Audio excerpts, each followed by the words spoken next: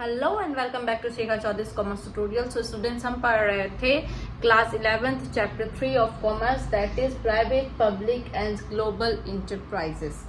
आज हम public sector enterprises के first types that is departmental undertaking के मेरिट के बारे में बात करेंगे।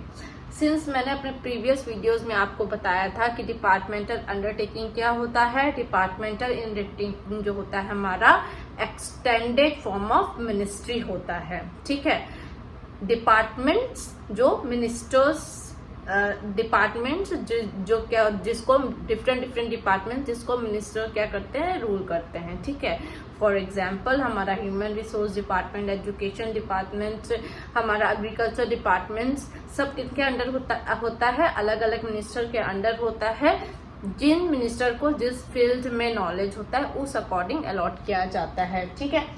आइए अब इसके मेरिट्स के बारे में पढ़ते हैं। पहले ही स्टूडेंट्स देखिए, मैंने आपको बताया है कि जब भी आपका मेरिट्स और डिमेरिट्स आता है तो वो मीनिंग, फीचर सब में जो पॉइंट्स होते हैं वो इंक्लूड ही ऑलमोस्ट सिमिलर ही रहते हैं, ठीक है। तो फर्स्ट मेरिट आ जाता है हमारा क्या, रेवेन्यू अर्न्ड। प्रीवियस वीडियो में मैंने आपको क्या बताया था कि जो डिपार्टमेंटल अंडरटेकिंग का जो पैसा आता है वो कहाँ से देता है, तो गवर्नमेंट ट्रेजरी से डिपार्टमेंट्स को पैसा एलोकेट किया जाता है। डिपार्टमेंट्स गवर्नमेंट ट्रेजरी का जो खजाना है, जिसे खजाना बोला जाता है, सरकारी खजाना, उससे पैसा जाता है, वो डिपार्टमेंट अंडरटेकिंग को दिया जाता है, जिससे वो इंफ्रास्ट्रक्चर क्या करते हैं, डेवलप करते हैं, ठीक है। फॉर एग्जाम्पल अगर कंस्ट्रक्शन ऑफ रोड है, ठीक है, तो वो फंड कहाँ से आएगा आपका। अगर गवर्नमेंट रोड का कंस्ट्रक्शन कर रही है तो उसका फंड कहाँ से आएगा, सरकारी खजाने से आएगा, ठीक है। अब उस सरकारी खजाने में पैसा कहाँ से आता है, थ्रू टैक्सेस, पब्लिक के थ्रू आता है, या तो टैक्सेस से या ड्यूटी से या फीस से, कि उस सरकारी खजाने में पैसा आता है, ठीक है। तो मान लीजिए पब्लिक अंडरटेकिंग अगर कुछ इंफ्रास्ट्रक्चर बनाता है, उससे जो प्रॉफिट होगा, ठीक है, तो उसका जो रेवेन्यू अर्न होगा वो भी कहाँ जाएगा, जो प्रॉफिट अर्न होगा वो भी कहाँ जाएगा, वो आपका वापस खजाने में ही जाएगा। फॉर एग्जाम्पल आप ले लीजिए, सपोज कीजिए कि आपने कोई काम स्टार्ट किया है, कोई बिजनेस स्टार्ट किया है, ठीक है, तो आपने कैपिटल इन्वेस्ट किया है, आपका बिजनेस सक्सेसफुल हो गया, प्रॉफिट अर्न हो गया। जो आपने कमोडिटी, मान लीजिए कि क्लोथिंग में का मैन्युफैक्चर का आपने बिजनेस स्टार्ट किया था, आपके कपड़े बहुत अच्छे चल रहे हैं, आपका ब्रांड चलने लगा, तो वो जो प्रॉफिट आपने कमाया वो किसके पास जाएगा, आपके पास जाएगा ना।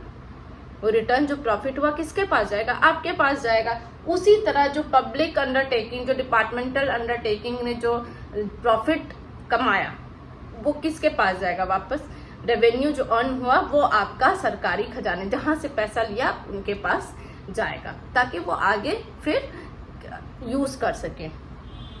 समझ में आ गया। रेवेन्यू जो भी अर्न होता है काम से, पब्लिक सेक्टर इंटरप्राइजेस से जो भी उन्होंने काम किया, अगर रेवेन्यू अर्न होता है तो वो किसके पास जाता है, वो रेवेन्यू आपका चल जाता है सीधे गवर्नमेंट ट्रेजरीज में।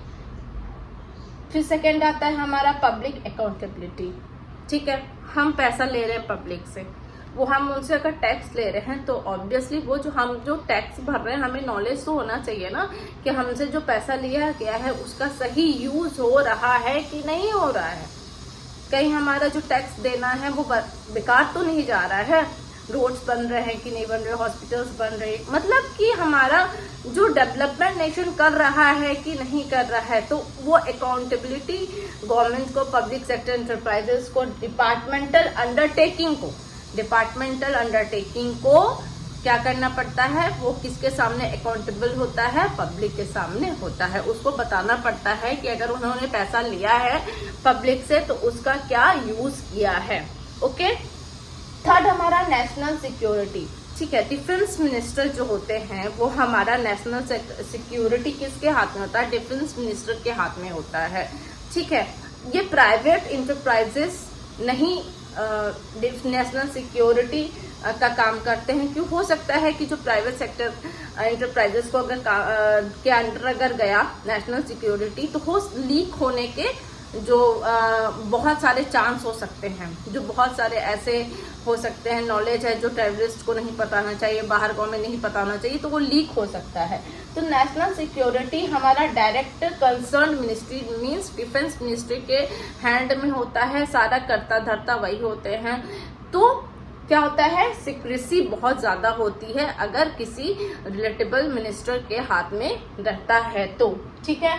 फोर्थ हमारा लास्ट है कंट्रोल। कंट्रोल हमारा किसके हैंड में रहता है, पार्लियामेंट के हैंड में रहता है, ठीक है। पार्लियामेंट देखिए, पार्लियामेंट 2 हाउसेस कंसिस्ट करता है, that is Lok Sabha and Rajya Sabha. Lok Sabha को हमारा लोअर हाउस भी बोला जाता है, ठीक है। हमारे पार्लियामेंट के अंदर प्रेसिडेंट भी आते हैं, ऑल्दो वो पार्लियामेंट में बैठते नहीं हैं, but president is also a part of parliament. तो यहाँ बात ये आती है कंट्रोल कैसे, तो जितने भी हमारे डिपार्टमेंटल अंडरटेकिंग्स हैं, ठीक है, जितने भी मिनिस्टर्स हैं, जो भी काम हमारा उसके अंडर हुआ है, वो अल्टीमेटली जाके लास्ट में रिपोर्टिंग कहाँ करते हैं, पार्लियामेंट में करते हैं, ठीक है। तो पार्लियामेंट किससे कंसिस्ट होता है, 2 हाउसेस से, that is Lok Sabha and Rajya Sabha. जितना भी एट द एंड जो भी काम हुआ है, जो भी हमारा फाइनेंशियल बजट है, जो भी हमने खर्चा किया है, एट द एंड सारा हमें रिपोर्टिंग कहाँ देना पड़ता है, हमें पार्लियामेंट में देना पड़ता है, ठीक है। 4 मेरिट्स होते हैं, एक बार रिव्यू कर लीजिए। 4 मेरिट्स होते हैं। फर्स्ट, रेवेन्यू अर्न, जो भी पैसा हमने कमाया वो कहाँ गया, हमारा सरकारी खजाने में गया, गवर्नमेंट ट्रेजरी में गया। पब्लिक को हम लोग अकाउंटेबिलिटी होती है, क्योंकि अगर हम पब्लिक से पैसा ले रहे हैं तो हमें बताना भी है कि हमने जो उनसे पैसे लिए उनका हमने कहीं दुरुपयोग तो नहीं किया, उसका सही यूज हुआ है कि नहीं। जो नेशनल सिक्योरिटी है वो कंसर्न मिनिस्ट्री के हैंड में होती है, जिसके कारण क्या है, सिक्रेसी मेंटेन रहती है।